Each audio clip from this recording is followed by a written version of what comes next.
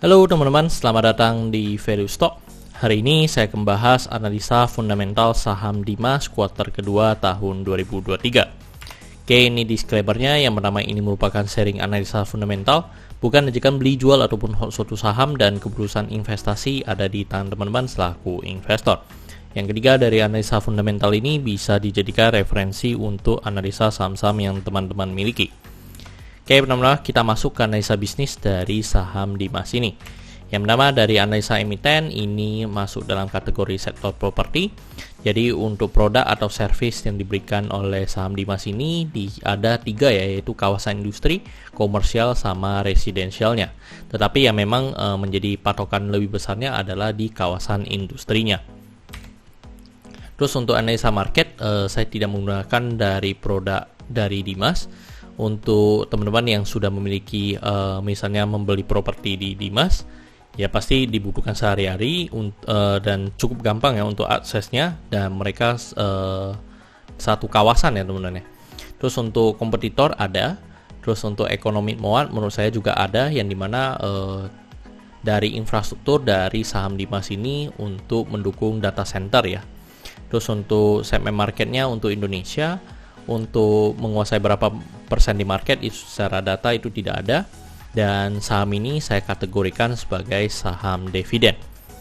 Terus untuk analisa GCG-nya dimiliki oleh ownernya oleh Sinarmas, dan pengalamannya sudah 6 tahun ya untuk direksinya. Terus tidak memiliki kasus hukum dan tidak melakukan buyback terhadap sahamnya sendiri, dan saham mayoritas dikuasai oleh mereka sebesar 57,28%.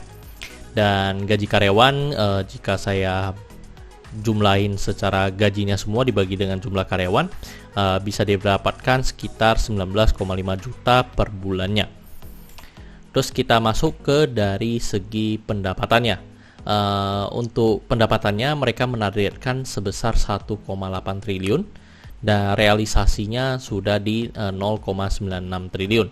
Jadi sudah mendekati 1 triliun ya untuk dari pencapaian kinerja dari pendapatannya. Dan secara persentase sekitar 54%. Dan kalau kita lihat secara kuartal kedua 2022 dengan 2023 sebenarnya mengalami penurunan, dan penurunannya sebesar 9,2%. Dan jika saya asumsikan kuartal keempatnya memiliki kinerja yang sama dengan kuartal kedua, maka sampai akhir tahun mengalami kenaikan sedikit ya di sekitar 0,3%. Dan secara net profitnya ditargetkan sekitar 1,17 triliun dan realisasinya di 0,6 triliun. Jadi pencapaian sebesar 51%. Dan secara Q2 juga mengalami penurunan sekitar 9,1%. Dan untuk disetahunkan akan mengalami penurunan ya sekitar 1,4%. Dan kita memang harus tunggu Q3 dan Q4-nya keluar, karena itu baru realnya ya. Mungkin ketika kita sudah ada Q3-nya kita bisa memprediksi Q4-nya ya, karena Q3 itu biasa sudah mencerminkan 3/4-nya. Dan lebih mudah untuk kita memprediksi berapa sih dividen yang akan dibagikan oleh saham Dimas ini.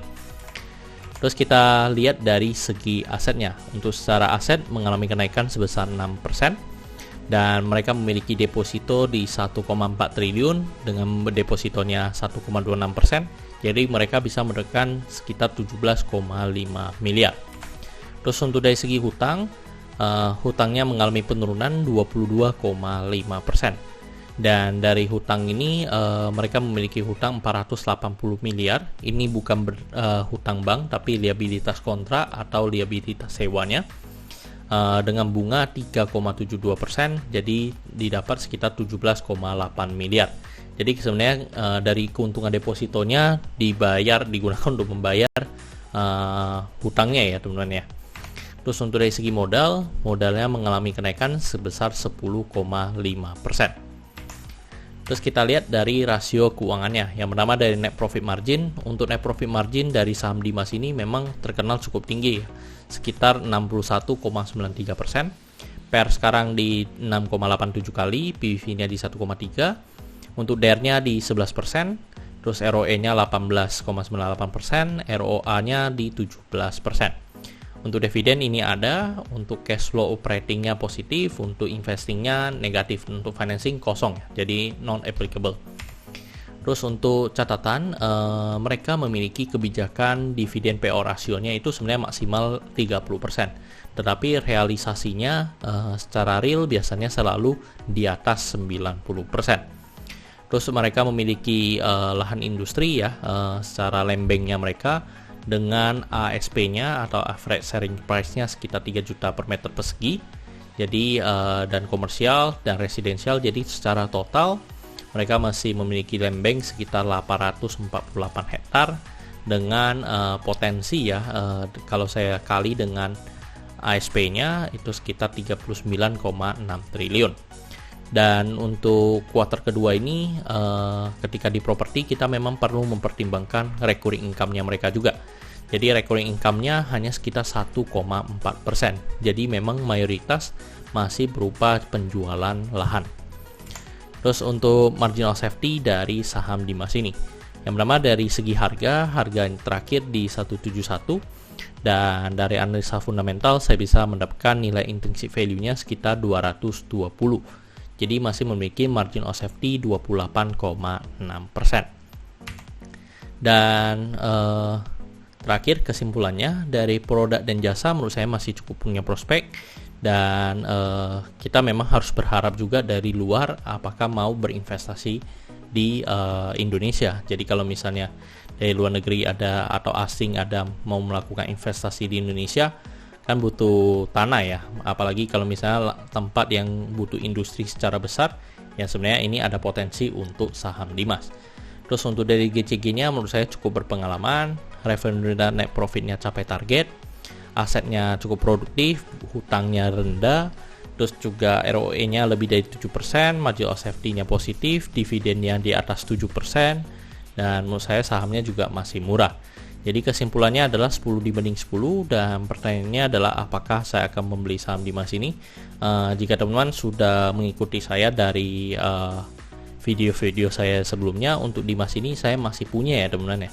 Dan memang saya cukup menikmati untuk dari dividen dari saham Dimas, dan average saya sekitar 160 lah ya teman-teman untuk dari saham Dimas ini.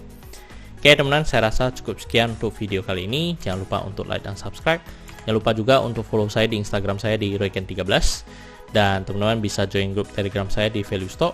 Untuk linknya teman-teman bisa dapatkan di kolom deskripsi. Dan teman-teman jika tertarik belajar value investing lebih dalam, teman-teman bisa mengunjungi website saya di valuestock.id. Dan jika teman-teman ada kode saham yang menarik untuk saya bahas, silahkan tinggalkan di kolom komentar untuk kode sahamnya. Oke teman-teman, see you in the next video. Bye bye.